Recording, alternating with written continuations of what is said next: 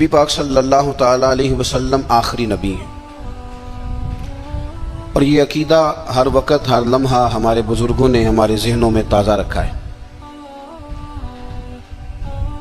سید عالم صلی اللہ تعالی علیہ وسلم نے اپنی امت کے علماء کو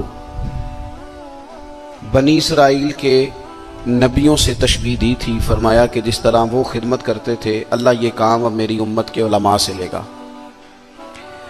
ان 14 صدیوں میں اس امت پر بڑی بڑی آزمائش آئی ہے، تاریخ نے بڑے عجیب و غریب روپ بھی دھارے ہیں، لیکن اللہ کا یہ فضل اس امت کے شامل حال رہا کہ ہر دور میں اللہ تعالیٰ نے اس امت میں زبردست عالم پیدا کیے، بہترین صوفیاء آئے، دین کی صحیح اور خالص ترجمانی کرنے والے لوگ اس امت میں ہمیشہ موجود رہے۔ کیوں؟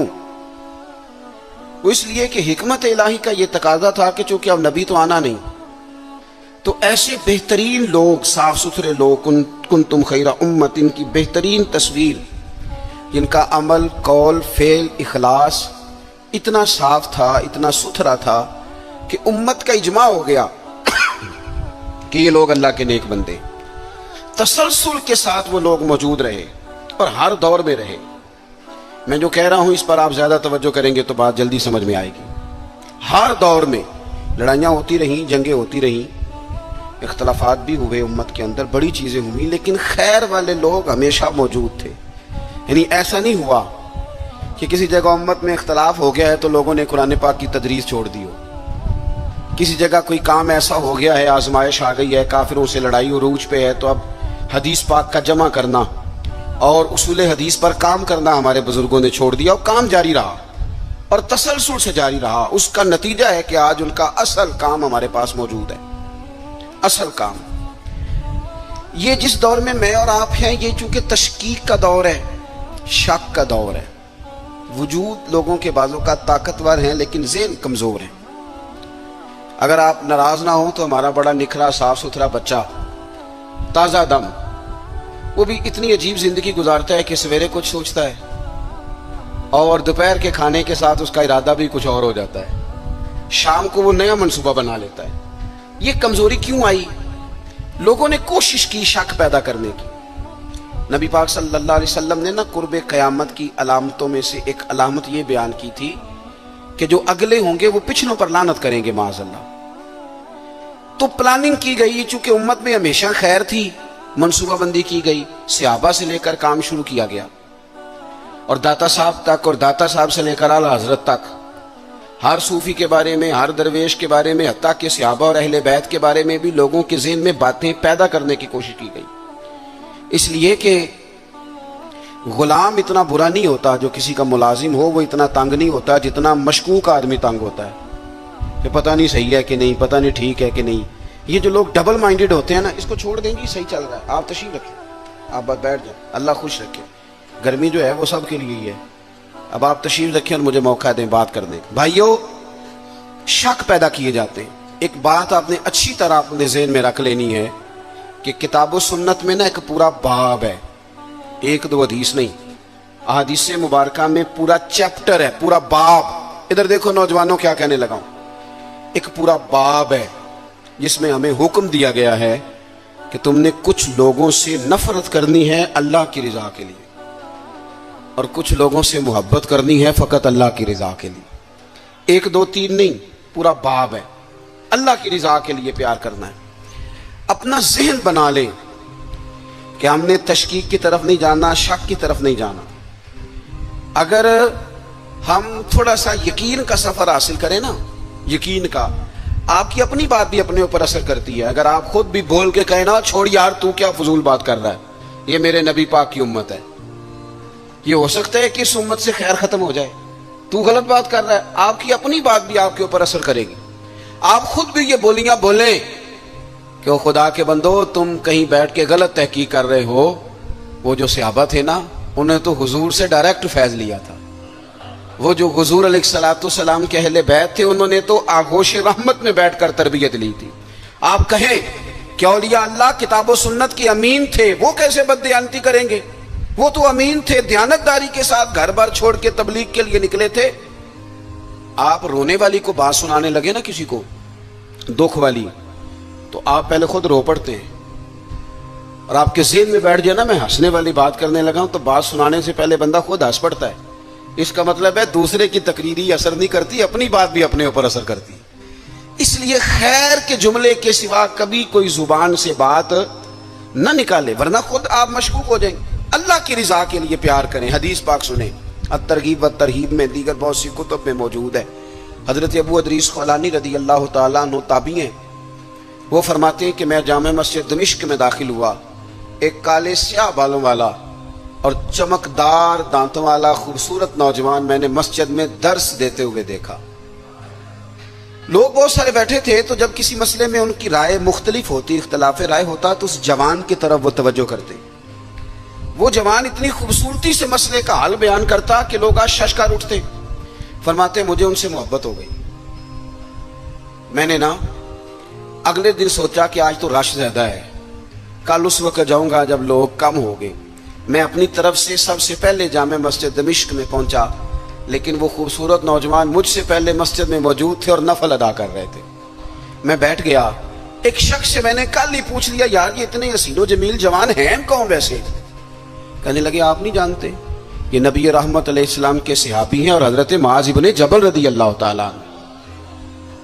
کہتے میں اگلے دن پہلے گیا, وہ نفل پڑھ رہے تھے. میں مسجد میں داخل ہوتے ہی نا فارغ ہوئے تو میں نے ان سے ایک بات کی. میں نے کہا حضرت اللہ کی قسم میں اللہ کی رضا کے لیے آپ سے محبت کرتا ہوں. اور سیاستہ میں حدیث موجود ہے, حضور نے فرمایا جب اپنے کسی بھائی سے اللہ کی رضا کے لیے پیار کرو تو اسے بتا بھی دیا کرو کہ مجھے تم سے محبت ہے, تاکہ وہ بھی تمہارے لیے نرم جذبہ پیدا کر لے. یا معاذ ابن جبل مجھے نا اللہ کی رضا کے لیے آپ سے پیار ہے, تو وہ صحابی تھے نا, وہ اس بات کا لطف لینے لگے. کہنے لگے ذرا سوچ کے کہو کیا کہہ رہے ہو, اس کا ذائقہ لینے. یہ شہادت گاہ الفت میں قدم رکھنا ہے نا. لوگ آسان سمجھتے ہیں مسلمان ہونا, تو یہ بڑا آسان کام لوگوں نے سمجھ لیا. دعویٰ کر دینا کہ میں فلانے کا غلام ہوں, یہ دعویٰ ہے. آپ سے دلیل پوچھی جائے گی کہ غلاموں کے تو رنگ ڈھنگی اور ہوتے ہیں. صاحب میں فلانے کا مرید ہوں, تو یہ آپ کو کہنا کیوں پڑا؟ مرید تو کہتے ہیں اسے ہیں جو پیر کی مراد میں رہے, ہمیشہ اس کی طبیعت میں رہے, سوچ میں رہے, خیال میں رہے کہ ان کی چاہت کیا ہے. کہنا کیوں پڑا؟ کچھ تو ہے کہ جو آپ کو بتانا پڑ رہا ہے. کیوں نہیں آپ سے وہ خوشبو آئی جو آپ کے شیخ سے آتی ہے؟ یہ کیسے ہو گیا بھائی؟ فرمانے لگے جب میں نے کہا نا مجھے محبت ہے, تو کہنے لگے سوچ کے کہو. وہ فٹافٹ نعرے قبول نہیں کرتے تھے, وہ سیانے لوگ تھے, تو کہتے تھے پرکھ لے, ذرا سوچ لے, یہ کوئی آسان کام نہیں, پہلے ذرا تھوڑا سا نا غور کر لے, غور کر لے اچھی طرح. جب تیرا حکم ہوا ترک محبت کر دی, دل مگر اس قدر دھڑکا کہ قیامت کر دی. کہتے ہیں کہ میں نے نا پھر کہا حضور اللہ کی قسم مجھے آپ سے محبت ہے.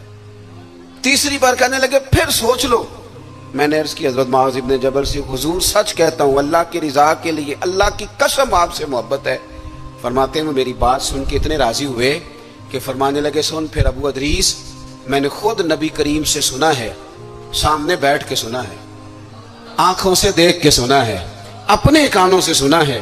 میرے حبیب نے فرمایا تھا جو دو بھائی اللہ کی رضا کے لیے آپس میں محبت کریں اللہ ان دونوں سے محبت فرماتا ہے.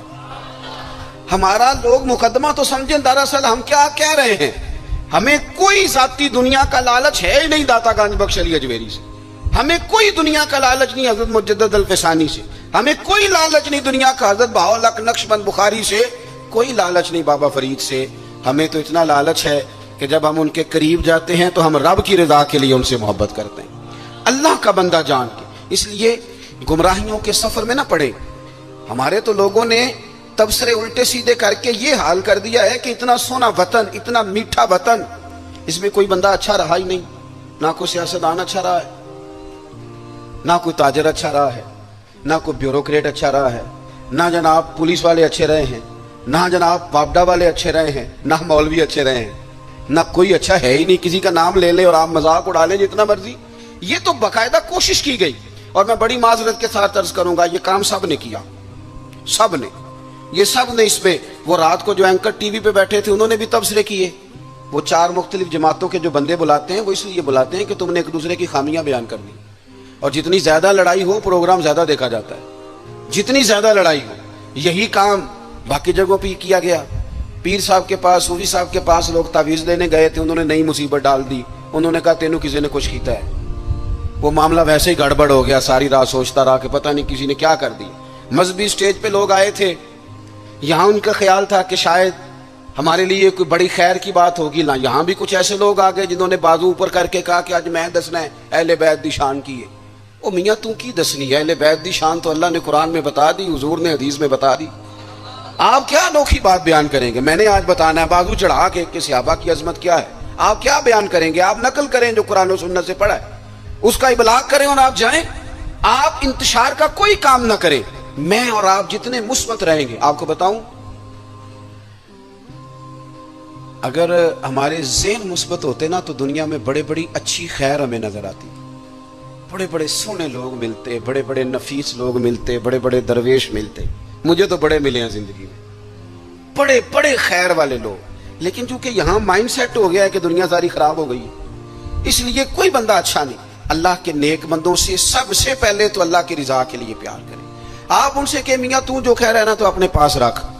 میں نے تو حدیث میں پورا باب پڑھا ہے کہ اللہ کے بندوں سے پیار کرنا ہے رب کی رضا کے لیے.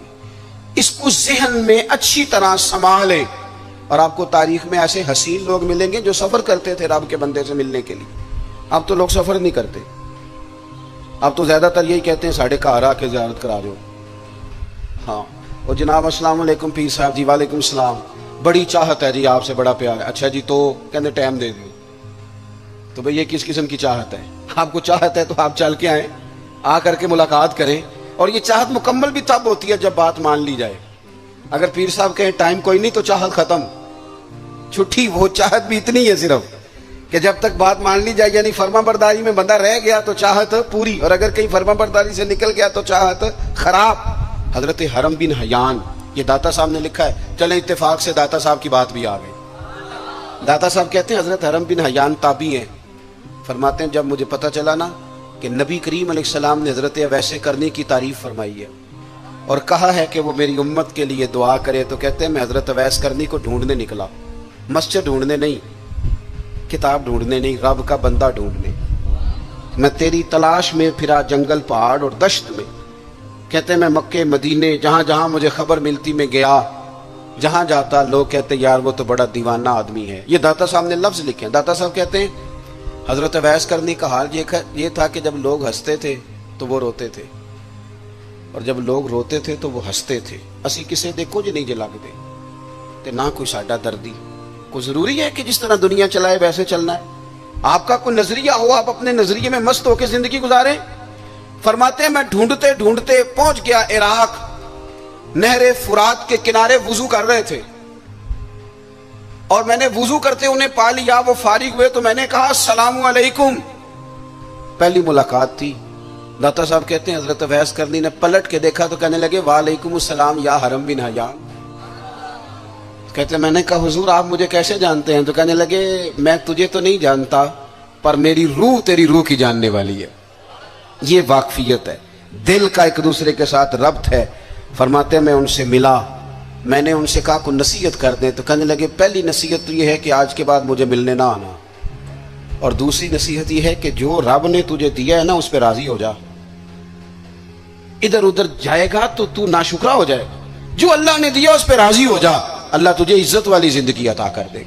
اللہ کے بندوں سے فقط اللہ کی رضا کی، رب کی رضا کے لیے پیار کریں. دوسری بات، ہمارے یہ جو صوفیات تھے نا، اولیات تھے، یہ نظریاتی لوگ تھے، فکری لوگ تھے. جو فکری آدمی ہوتا ہے نا، نظریاتی بندہ، وہ زمانے کے مطابق نہیں چلتا، نظریے کے مطابق چلتا ہے. میں نے قرآن مجید کی آیت پڑھی ہے. اللہ فرماتے ہیں یجاہدون فی سبیل اللہ. اللہ کے بندے اللہ کے رستے میں جہاد کرتے ہیں. یہ نوجوان ذرا میری بات پہ توجہ کریں. یہ کہتے ہیں کہ شاید بندہ وہ ٹھیک ہوتا ہے جس کی مخالفت کوئی نہ کرے. رب فرماتے ہیں یجاہدون فی سبیل اللہ، وہ اللہ کے رستے میں جہاد کرتے ہیں.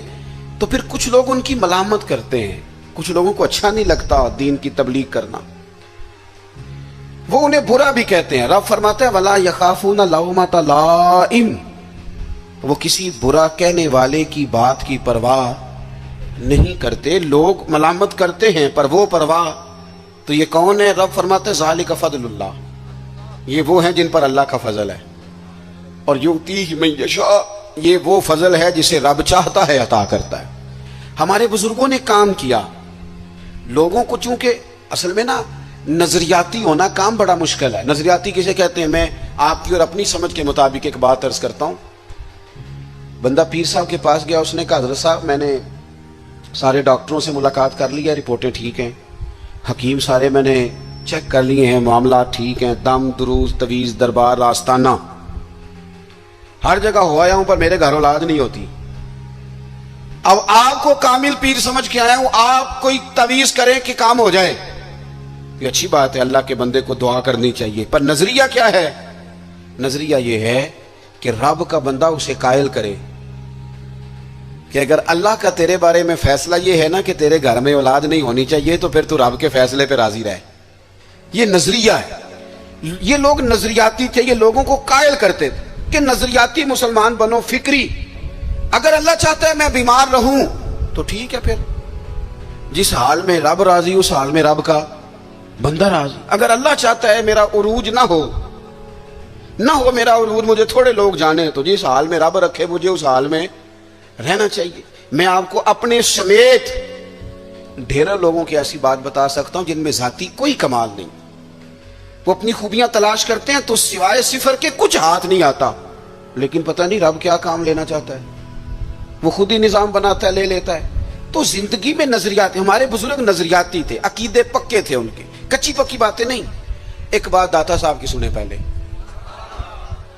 داتا علی اجویری کہتے ہیں کہ ایک نا ملنگ بازار میں سودا لینے آیا، اور ان دنوں آیا جب قحط پڑا ہوا تھا. مہنگائی بڑے عروج پہ ہو جائے تو سارے لوگ نہیں پریشان ہو جاتے. قحط پڑ گیا. چلیں مہنگائی والی مثال شاید زیادہ ٹھیک نہ ہو، چونکہ امیر لوگوں کو مہنگائی پریشان نہیں کرتی، یہ نہیں دیتے، کوئی اور مثال دیتے ہیں. جس طرح لاک ڈاؤن میں نہیں لوگ پریشان ہوتے. اب میرا خیال ہے سمجھ آ گیا مسئلہ آپ کو آسانی سے. یہ مثال دے رہا ہوں میں، تلک الامثال نضربها للناس. داتا صاحب کہتے ہیں قحط تھا، بارش نہیں ہو رہی تھی، جانور بھوکوں مر رہے تھے، ہر بندہ پریشان تھا. یہ دیکھیں ہمارے بزرگ تربیت کس طرح کرتے ہیں. فرماتے ہیں ایک درویش ملنگ غلام سودے والا تھیلا لے کے نا تو بازار میں ہنستا کھیلتا اٹکیلیاں کرتا پہنچا، بڑا ہنس کے سامان خریدا، کندھے پہ رکھا، اور اسی مستی میں لوٹنے لگا. تو سارے پریشان ہو تو ایک بندہ ہنسے تو بعض اوقات لوگ چڑھ بھی جاتے. کہتے کچھ لوگوں کو غصہ آیا، کہنے لگے ساری دنیا جو پریشان ہے، تجھے کس بات کی خوشیاں چڑھی ہوئی ہیں؟ وہ کہنے لگا تم ہوگے پریشان، میں جس سیٹھ صاحب کا نوکر ہوں نا، جس آقا کا میں غلام ہوں، اس نے ٹائم پہ ہی گندم جمع کر لی تھی، اس کے بڑولے خزانے بھرے ہوئے ہیں، لہذا ہم بڑے خوش ہیں. داتا صاحب عقیدہ مضبوط کرتے ہیں، نظریہ دیتے ہیں. داتا صاحب فرماتے ہیں لوگوں، جتنا اس غلام کو اپنے سیٹھ کے، اپنے آقا کے خزانوں پہ یقین تھا نا، اگر اتنا ہی تجھے اور مجھے رب کے خزانوں پہ یقین ہو جائے نا، تو پھر ہر روز سویرے اٹھ کے ہم غربت کا رونا نہ روئے. پھر ہر روز صبح اٹھ کے ہم یہ نہ کہیں کہ ہو اس ملک کا کچھ نہیں بن سکتا، یہاں تو سب لوگ دھوکے باز. پھر ہر وقت مایوسی کی گفتگو نہ کرے. نظریاتی اگر ہو جائے، اعلیٰ حضرت فاضل بریلوی نے کیا کیا؟ نظریہ ہی تو مضبوط کیا. لوگ کچی پکی باتیں کرنے لگ گئے تھے. کوئی کہتا تھا کہ اتنا علم حضور کو ہے تو اتنا نہیں ہے. کوئی کہتا تھا جناب اختیارات اتنے اللہ نے دیے ہیں تو اتنے نہیں دیے. اعلیٰ حضرت بریلوی کے زمانے میں کوئی کہتا تھا کہ پتہ نہیں حضور قبر نور میں حیات ہیں، معاذ اللہ کے نہیں ہیں. کوئی شخص یہ کہنے لگ گیا تھا کہ جناب حضور کا خیال نماز میں آ جائے تو نماز نہیں ہوتی. اعلیٰ حضرت فاضل بریلوی فرمانے لگے کچی پکی باتیں کرتے ہو. جس محبوب کی محبت ایمان ہے، اس محبوب کے بارے میں شک پیدا کرتے ہو. آپ فرمانے لگے تم کہتے ہو رب نے اختیار دیا کہ نہیں، اور دیا تو کتنا دیا؟ فرمانے لگے ہم تو حضور کو رب کا شریک کہتے ہی نہیں، ہم تو حبیب کہتے ہیں. اور محب اور محبوب کا معاملہ اس طرح کا ہوتا ہے کہ میں تو مالک ہی کہوں گا، کیونکہ وہ مالک کے حبیب، یعنی محبوب و محب میں نہیں میرا تیرا. پھر آپ فرمانے لگے یہ کیسی بیوقوفوں والی بات ہے کہ نماز میں حضور کا خیال آ جائے تو نماز. کتنی آپ سادے انداز میں بھی اگر سمجھیں تو عجیب بات نہیں.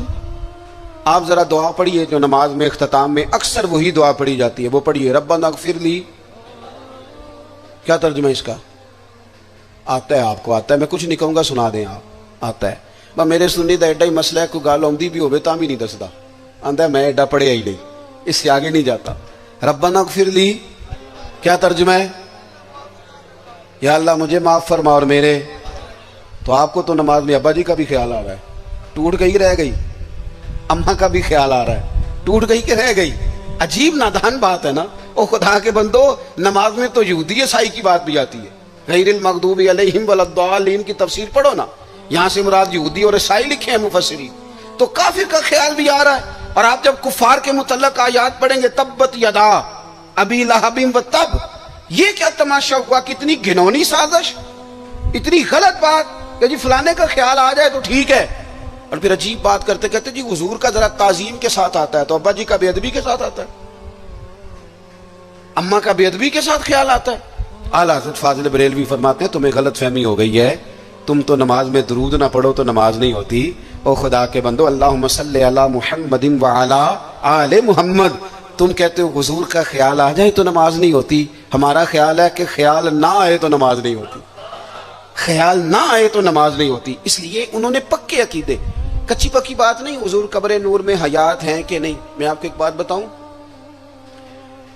مدینہ شریف میں حاضری دینے کے حوالے سے نا ایک شخص نے تحقیق کی اور اس کی ریسرچ آئی تو اس نے کہا کہ میں سوچتا تھا لوگ سب سے زیادہ کہاں روتے ہیں, تو لوگ سب سے زیادہ مدینہ شریف جا کے روتے ہیں, بڑا روتے ہیں. بڑی امید ہے سرکار قدموں میں بلائیں گے, کرم کی جب نظر ہوگی مدینے ہم بھی جائیں گے. اور اگر جانا مدینے میں ہوا ہم غم کے ماروں کا, تو مکینے گنبد خضرا کو حال دل سنائے.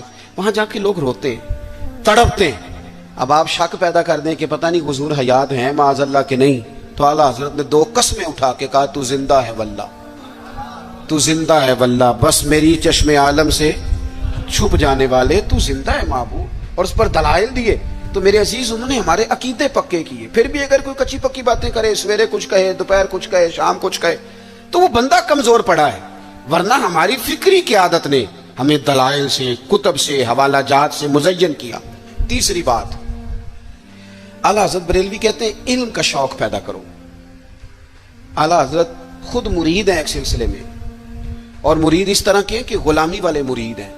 آج کل زیادہ تر لوگ مرید نہیں ہوتے, ناراض نہ ہونا, اگر کوئی پڑھا لکھا بندہ ہو تو وہ ویسے بھی مرید نہیں ہوتا. وہ اگر ہو کبھی تو خلیفہ ہی ہوتا ہے ڈائریکٹ, مرید نہیں ہوتا. مزاج نہیں, مرید ہونے کا مزاج نہیں, یہ طبیعت نہیں. آج کل لوگ شاگرد بھی نہیں ہوتے. ناراض ہو گئے آپ لوگ, ہو جائیں کوئی مسئلہ نہیں, میں نے تو ابھی چلے جانا ہے, ہو جائیں بے شک. آج کل لوگ شاگرد بھی اس طرح لگتا ہے کہ جس طرح کوئی امدادی کتاب نہیں ہوتی, اس طرح استاد سے کوئی تھوڑا سا نا گائیڈ لائن لیتے ہیں, ورنہ وہ شاگرد ہونے کو تیار نہیں ہے. میں صحیح بتاتا ہوں, آپ بہت سارے شاگردوں کو میری ملاقات ہوتی ہے اور بعد میں وہ کہتے ہیں نا میں استاد جی کو بیٹھا سا ہوں, تو میں چونکہ دیہاتی آدمی ہوں, میرا 2 ڈنڈے لگانے کو بھی دل کرتا ہے. تجھے پتہ ہی نہیں استاد جی کے پاس کیسے آیا جایا کرتا ہے, تجھے خبر ہی کوئی نہیں. میں تجھے بتاؤں بریلی کے امام کیا بتاتے ہیں. حضرت عبداللہ ابن عباس کو نبی پاک صلی اللہ علیہ وسلم نے دعا دی تھی کہ اللہ تجھے فقاہت دے, دین کی سمجھ دے.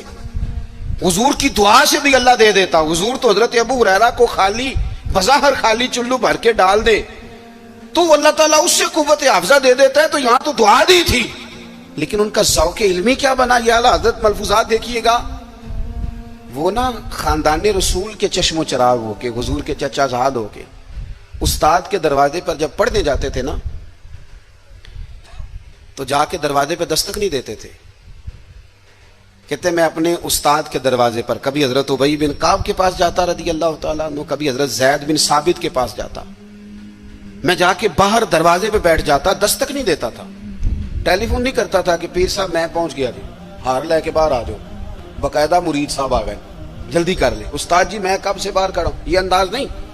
فرماتے ہیں کہ میں دروازے پہ بیٹھ جاتا اور کبھی کبھی بیٹھے بیٹھے تھک جاتا, دستک نہیں دینی, وہ خود آئیں گے تو دستک نہیں دینا. کہتے کبھی یوں بھی ہوتا کہ حضرت ابی بن کعب رضی اللہ تعالیٰ عنہ کا مکان کا دروازہ چونکہ صحرا میں کھلتا تھا تو ٹھنڈی ہوائیں مدینہ چومنے آتی تو ریت کے مقدس ذرے اڑ کے میرے بالوں میں بھی پڑ جاتے, لیکن میں دستک نہیں دیتا تھا.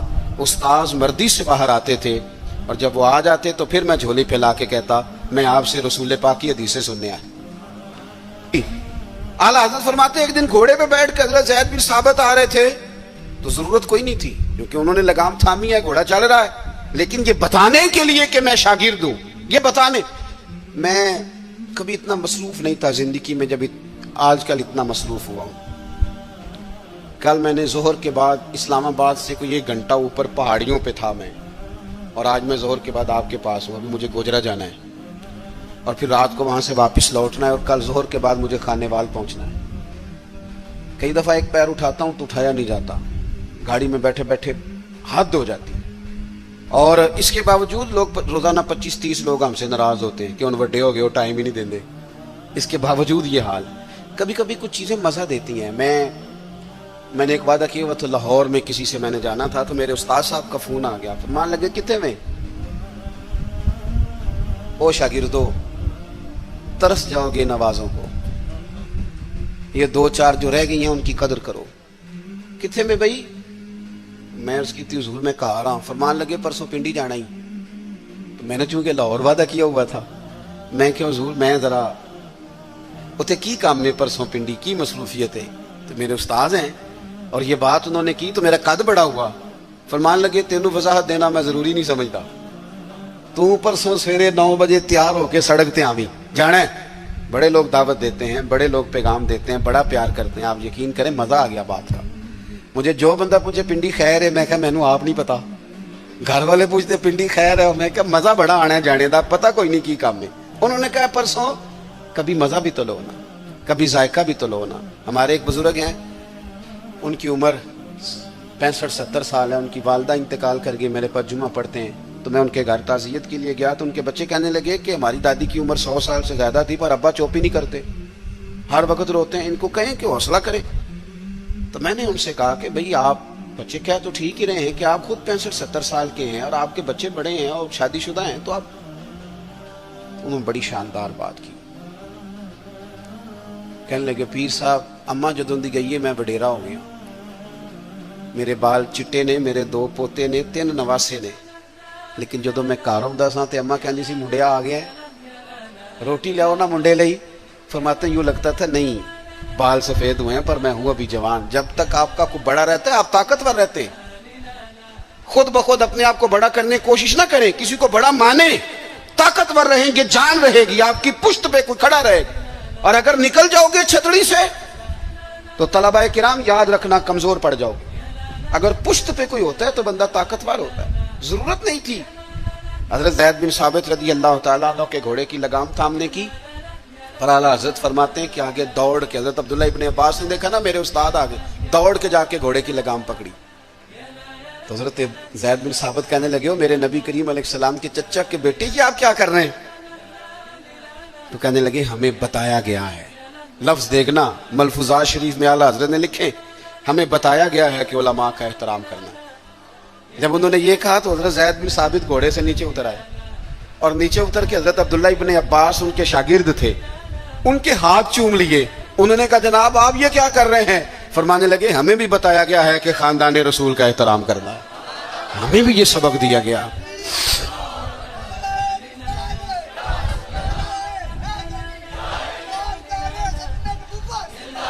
تو ذوق، علمی ذوق پیدا کریں، ادب والا ذوق پیدا کریں، اور علم سیکھیں تو عمل کرنے کے لیے، صرف تقریر کے لیے، بحث کے لیے، کل کو ڈگری لینے کے لیے نہیں. آپ علم اس لیے سیکھیں، جب نا علم خالی تقریر بن جاتا ہے نا اور علم خالی تدریس بن جاتا ہے، پھر وہ اس طرح کا بھی بعض اوقات معاملہ بنتا ہے کہ عارف رومی کہتے ہیں کہ اگر تو صرف لفظ تجھے یاد ہے اور تو عمل نہیں نہ کرتا تو یہ لفظ تو طوطے کو بھی رٹا دیا جائیں گا تو وہ بھی رٹ لے گا، تیرا اور اس کا کیا فرق ہوگا؟ جب تک آپ عمل نہیں کرتے علم پر، جب تک اس کو عمل کے حصول کے لیے حاصل کرے. خالی میں ایک درویش کو پڑھ رہا تھا، ان کے خلیفہ صاحب نے خط لکھا کہ حضرت میں اب تقریر بھی کرتا ہوں، تدریس بھی کرتا ہوں، تصنیف بھی کرتا ہوں.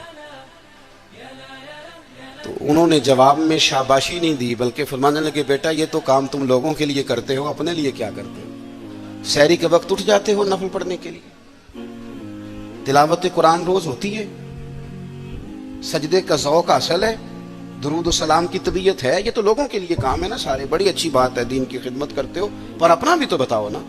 اعلیٰ حضرت فاضل بریلوی رحمۃ اللہ علیہ کی شخصیت کا جو کمال ہے وہ یہ ہے کہ جو وہ کہتے تھے نا اس سے زیادہ وہ کرتے تھے. ان کی طبیعت تھی وہ کرتے تھے.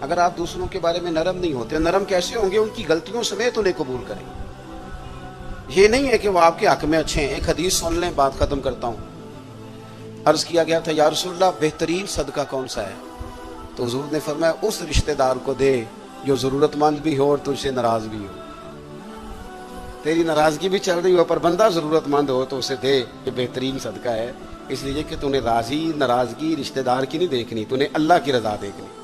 ادھر توجہ کر کے دیں گے تو بہتری ہوگی. پھر ایک دفعہ دعا کرتا ہوں اللہ تعالیٰ مفتی صاحب کے ادارے کو برکتیں دے، آپ سب کو اور مجھے اللہ توفیق عمل عطا فرمائے.